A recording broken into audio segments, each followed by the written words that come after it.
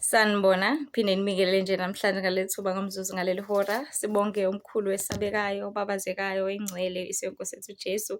Sibonge uthando lakhe, ububele bakhe, umusa wakhe, amandla akhe nawo konke asenzela kona ngaso sonke isikhathi. Sibonge ukuphila, sibonge ilanga, sibonge imvula, sibonge umoya, sibonga konke ngoba ukwazi ukusinikeza ithuba lokuthi senze something.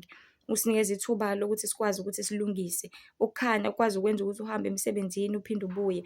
Konke okukhona uNkulunkulu asibusise ngakho kuba usizo kithi ngayo yonke indlela noma ngasiphi isikhathi thina singayitsheli ukuthi mhlasimbe siyakudinga ngalowo mzuzu. So bantu baNkulunkulu, kubalulekile okusemqoka ukuthi siphile esikhathi lapho khona imimoya isiphumile isabalele, sisempini kakhulu. Ngakho-ke masikhulekelane njalo, masikhuleke singaphezi, masikhuleke singaphezi. Ayisho njalo uKristu ukuthi yabo le moya ebhekene nayo njengamanje angeke nikwazi ukuthi ninqobe ngaphandle kokukhuleka nangokuzila ukudla. If ungazili ukudla abantu baNkulunkulu, I'm sorry to say but ufile. If lapho kunzima noma kuyinto ongayijwayele ufile. Yes, uyaya enkonzweni, uyalifunda iBhayibheli but ngokungayenzi intando kaNkulunkulu ufile. Abantu baNkulunkulu, le ncwadi le iyafundwa. Le ncwadi le ebizwa ngeBhayibheli iyafundwa every day because iyizwi kaNkulunkulu ekumele liqondise endleleni. Le ncwadi le iyafundwa, ungafundeli kuphela ukuthi sengiyalazi izwi bese uyaliposta, but ulifundele ukulenza, ukuliphila. Ngoba usho njalo uJakobe ukuthi ibani ngabalilenzayo izwi, ibani ngabalilenzayo, ningabe ngabalizwayo kuphela niyikhohlisa. Intando kaNkulunkulu, bantu baNkulunkulu, iyenziwa. That is why uKristu ezwini lapha khona umkhuleko omkhulu ethi mayenziwe intando kaNkulunkulu, mayenziwe intando kaNkulunkulu. Akasho ukuthi mayizwiwe, mayilalelwe, uthe mayenziwe. Ukuyenza intando kaNkulunkulu ukuyenza empilweni yakho uhamba kuyona. Because leli lizwe lifunde lapha enkonzweni awulifundela ngokuthi ulilalele kuphela.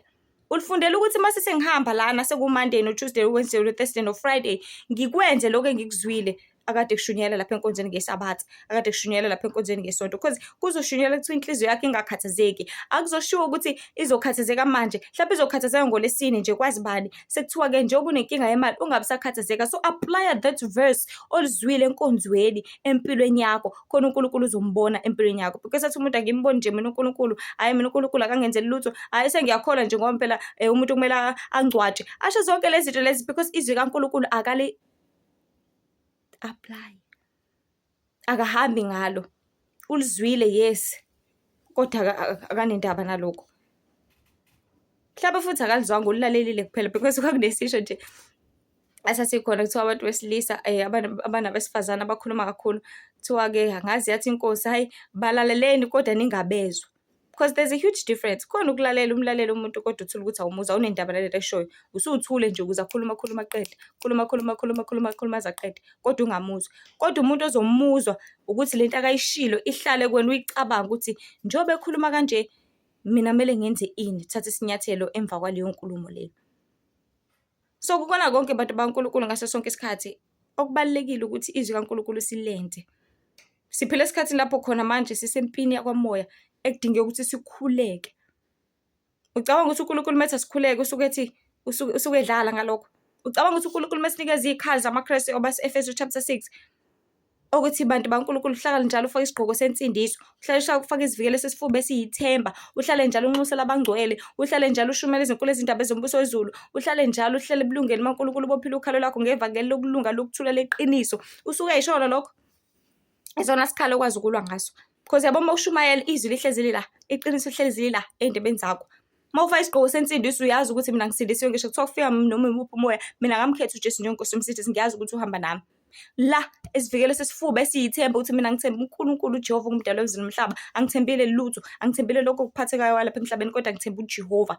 Ukuthi noma kufika ini if sofuna uku-infiltrate kuwena, ingabi nakubusa, ingabi nasabelo, isikhali leso kumele usibambe ngaso sonke isikhathi. So bantu baNkulunkulu, okubalekile okuyisiqalo sakho konke. That is why uKristu ethi uma ningaphenduki nibe njengabantwana, ngiyanitshela angeke nize nokubona umbuso wezulu. Ngoba bantu baNkulunkulu, abantu abaningi mhlawumbe uthatha ukhulile ukuba nenkani.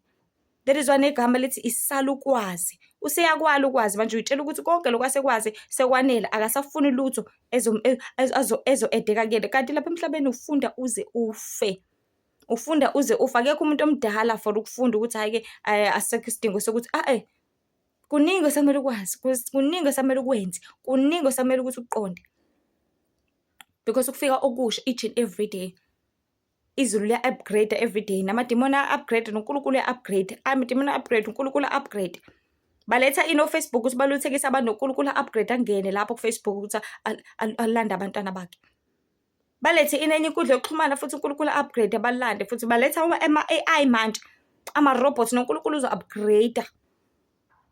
Asifake khona lapho kulowo ma-position lawo. Kukona konke bantu baNkulunkulu, ufunda uze ufe.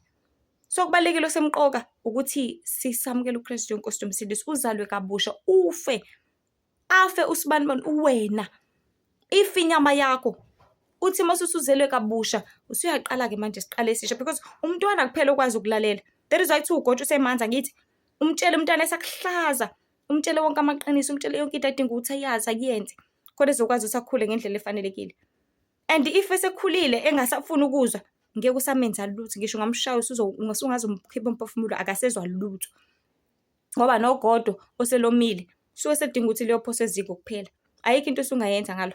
Uzothi uyaligoba asagobeki liyahlephuka nje manje. So bantu baNkulunkulu, uKristu ufuna ukuthi sizalwe kabusha so that sizoba fresh kabusha.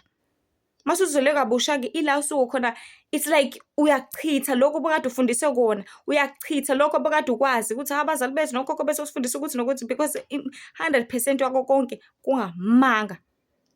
Bese ukuchitha konke lokho amanga imfundiso ofundise zona bese utshala uqala emaphansi ija yakho ifakwe iqiniso likaNkulunkulu, ifake iqiniso elitholakala lapha ezweni likaNkulunkulu because iyona manual yethu lena, ilona lizwi, ukona kudla kwethu